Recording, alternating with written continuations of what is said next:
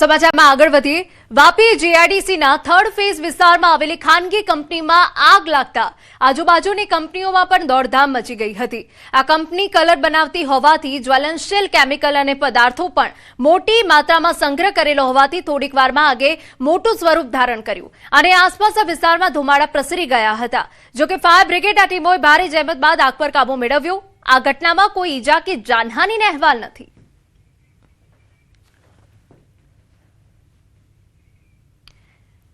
અને મહત્વના સમાચાર જગતના તાત ખેડૂતો આર્થિક દેવાના લીધે આપઘાત કરી રહ્યા છે તેવો આક્ષેપ કોંગ્રેસે કર્યો છે।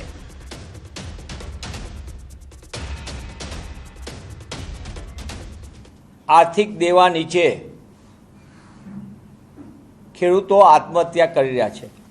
દર કલાકે એક ખેડૂત આત્મહત્યા કરે છે। આ ભારત જેવા વિકસિત રાષ્ટ્રને આપણે વિશ્વગુરુની વાત કરી એની આ વળવી વાસ્તવિકતા છે। આજે ગુજરાતના ખેડૂતો પર 99,000 કરોડનું દેવું છે, એટલે કે ગુજરાતનો ખેડૂત આર્થિક પાયમાલીની અંદર કગાર ઉપર ઊભો છે। ત્યારે કોંગ્રેસ પક્ષ તરીકે અમે માંગ કરીએ છીએ કે ખેડૂત અને ખેત મજદૂરોને બચાવવા માટે સરકાર છેલ્લા 5 વર્ષના એનસીઆરબીના એમને જ નોંધાયેલા ડેટા આધારિત સંસ્થાગત રીતે આખી વ્યવસ્થા ઊભી કરે, ખેતીના ખર્ચ ઘટાડવા માટેના ગંભીર પગલાં ભરવામાં આવે, ખેડૂતોને દેવા માફી કરવામાં આવે। ખેડામાં કેનાલ ભ્રષ્ટાચારના મામલે કોંગ્રેસના પ્રવક્તા મનીષ દોશીનું નિવેદન। કેનાલોના બાંધકામમાં થયેલી ગેરરીતિઓના કારણે અનેક જગ્યાએ કેનાલ તૂટવાની ઘટનાઓ બની છે, જેના કારણે ખેડૂતોને કરોડો રૂપિયાનું નુકસાન થયું છે। રાજ્યમાં 300થી વધુ સ્થળોએ કેનાલમાં ગાબડા પડ્યા છે। સમગ્ર મામલે કોંગ્રેસે તાત્કાલિક અને ઉચ્ચ સ્તરીય તપાસની માંગ કરી છે અને ખેડૂતોને થયેલા નુકસાન માટે યોગ્ય વળતર આપવામાં આવે તેવી માંગ કરી।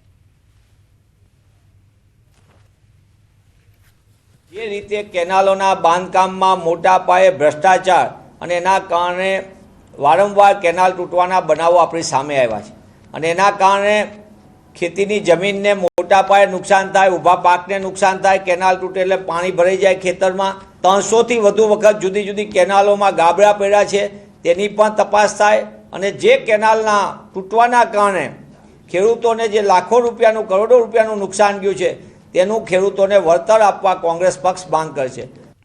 સમાચારમાં આગળ વધીએ નર્મદા જિલ્લા પંચાયત અને તાલુકા પંચાયતની ચૂંટણીમાં હાર બાદ ભાજપે મનોમંથન કર્યું। રાજપીપળા એપીએમસી ખાતે સંગઠનની બેઠક મળી।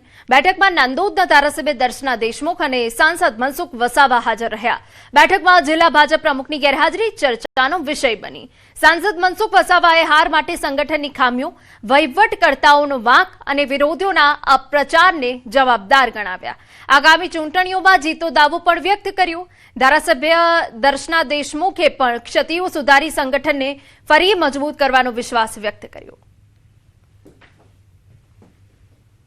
રાજપીપળા શહેરમાં જે 8,000 મતની જે વાત કરેલી છે એ 8,000 મત જે લઈ ગયા છે એ આપના લોકોને જે ઉમેદવારો હતા એમને મળ્યા છે, તો ક્યાંક ને ક્યાંક અમારી કોઈક નાની મોટી કઈ ખામી રહી હશે કે એમણે ઉમેદવારોને કેમ પસંદ ના કર્યા। અને આવનારા દિવસોમાં અમે વધુ મજબૂતાઈથી ભારતીય જનતા પાર્ટીના કમળને વધુ મજબૂતાઈથી લોકોની સમક્ષ લઈ જઈશું અને સરકારી યોજનાઓનો લાભ લોકોને મળી રહે એ માટેના અમારા પૂરેપૂરા પ્રયત્નો રહેશે। સંગઠનના બધા લોકો, જૂના લોકોએ બધા એક મિટિંગ રાખી છે અને બધાનો અભિપ્રાય પૂછો, એમાં સંગઠનનો વાંક હોય એ પણ કેટલાક તારણો આવ્યા છે, ક્યાંક વહીવટકર્તાઓનો પણ ક્યાંક વાંક હોય, એ બધી ચર્ચાઓ થઈ છે, નિખાલસપણે ચર્ચા થઈ છે અને આવનારા દિવસોમાં ભલે અહીંયા નર્મદા જિલ્લામાં આમ આદમી પાર્ટીની જિલ્લા પંચાયત બની છે, પણ રાજ્ય સરકાર અને ભારત સરકારની યોજના અમે લોકો સુધી પહોંચે એના માટે અમે કાળજી રાખીશું અને આવનારી વિધાનસભા દાવા સાથે કહું કે નાંદોદ વિધાનસભા પણ ભાજપ જીતવાનું છે અને ડેડિયાપાડા વિધાનસભા પણ ભાજપ જીતવાનું છે। સમાચારમાં રોકાઈ એક વિરામ માટે।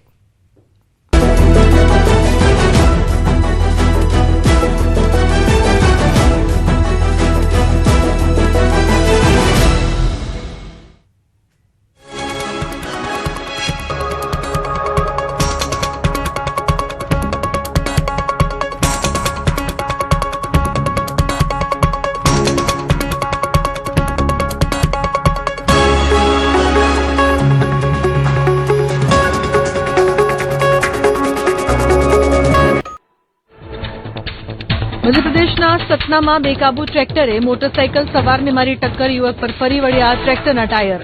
અકસ્માતના હચમચાવતા સીસીટીવી આવ્યા સામે. ઘાયલ યુવકને સારવાર માટે ખસેડાયો હોસ્પિટલ. ઉત્તરાખંડમાં ઋષિકેશ હરિદ્વાર નેશનલ હાઈવે પર સ્કૂટી અને મોટરસાયકલ વચ્ચે ખતરનાક અકસ્માત. રોડ ક્રોસ કરતા સમયે સ્કૂટર સાથે પૂર ઝડપે આવતી બાઇકની ટક્કર. બંને વાહનો પર સવાર 3 લોકો રોડ પર ફંગોળાતા પહોંચી ગંભીર ઇજાઓ. તમિલનાડુના પોચમપલ્લીમાં પૂર ઝડપે આવતી પિકઅપ ટ્રકે ટુ વ્હીલરને લીધી અડફેટે. બાઇકને અડફેટે લેતા ખેડૂત રોડ પર પટકાયા. ગંભીર રીતે ઘાયલ બાઇક સવાર ખેડૂતને હોસ્પિટલ ખસેડાયા, જોકે સારવાર દરમિયાન નીપજ્યું મોત. મધ્યપ્રદેશના ગ્વાલિયરમાં ટ્રક ભાડાને લઈને થયેલી બબાલમાં ટ્રક માલિકે કરી ગુંડાગર્દી. 2 દિવસ સુધી ટ્રકમાંથી સામાન ઉતારતા થયો વિવાદ. ટ્રક માલિકે 4 સાથીઓ સાથે મળીને ફરિયાદી પર કરી દીધો હુમલો. ઘટના સીસીટીવીમાં કેદ. ઉત્તર પ્રદેશના જૌનપુરમાં હોટલમાં ભોજન લઈ રહેલા યુવક પર જીવલેણ હુમલો. સામાન્ય ઝઘડાની અદાવતમાં અસામાજિક તત્વોએ હોટલમાં ઘૂસીને યુવકને માર્યો ઢોરમાર. પોલીસે ફરિયાદ લેવાને બદલે શાંતિ ભંગને લઈને દંડ ફટકાર્યાનો ભોગ બનનારનો આરોપ. હરિયાણાના ફરીદાબાદમાં જ્વેલરી શોપમાંથી સોનાના પેન્ડન્ટની ચોરીની ઘટના. સીસીટીવીમાં કેદ. ગ્રાહકના સ્વાંગમાં આવેલા ચોરે વેપારીના દાગીના બતાવવાના બહાને આતાવાડી કરી ચોરી. ચાલાકીથી સોનાના ઓમવાળા પેન્ડન્ટની કરી ચોરી. કડીમાં તસ્કરોનો આતંક. રાજા શોપિંગ સેન્ટરના પાર્કિંગમાંથી ધોળા દિવસે બાઇકની ચોરી. બાઇક ચોરીના કિસ્સામાં એફઆઈઆર બાદ કડી પોલીસ મથકે વિધિવત ફરિયાદ નોંધાઈ. અમદાવાદમાં પોલીસ તરીકેની ઓળખ આપી કેટલાક લોકો ઘરમાં ઘૂસતા થઈ પોલીસને અરજી. મોડી રાત્રે સાયકલ ચોરીનો આરોપ લગાવી અજાણ્યા 2 લોકોએ ઘરમાં ઘૂસીને કરી શોધખોળ. સ્ક્રેપના ધંધાર્થીએ વાડજ પોલીસ મથકમાં કરી અરજી. ઉત્તર પ્રદેશમાં ઈ રિક્ષા પાર કરવા જેવી સામાન્ય બાબતે 2 જૂથ વચ્ચે જાહેર રોડ પર મારામારી. બંને પક્ષના લોકો એકબીજા પર લાકડીઓ, લાતો અને મુક્કાઓથી કર્યો હુમલો. મારામારીમાં અનેક લોકો ઘાયલ. ફરિયાદ બાદ પોલીસે શરૂ કરી તપાસ. વાપી રેલવે સ્ટેશન પર આરપીએફે ચલાવ્યું ઓપરેશન યાત્રી સુરક્ષા અભિયાન.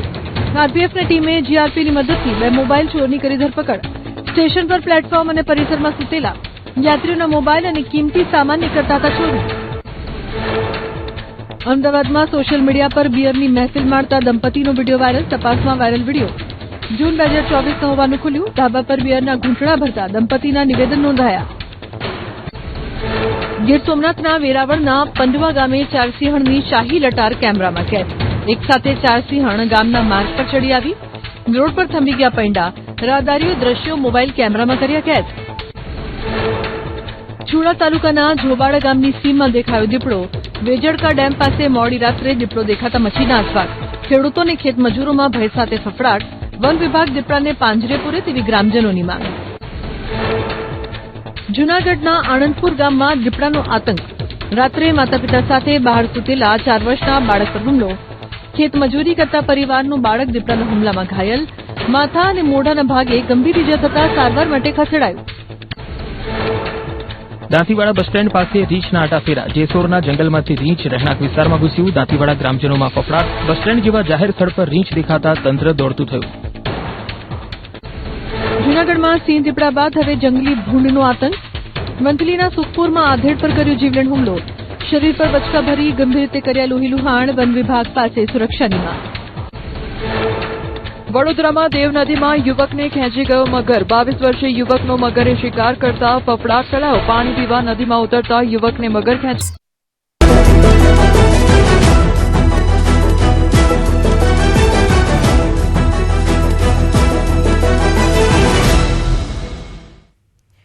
વિરામ બાદ સ્વાગત.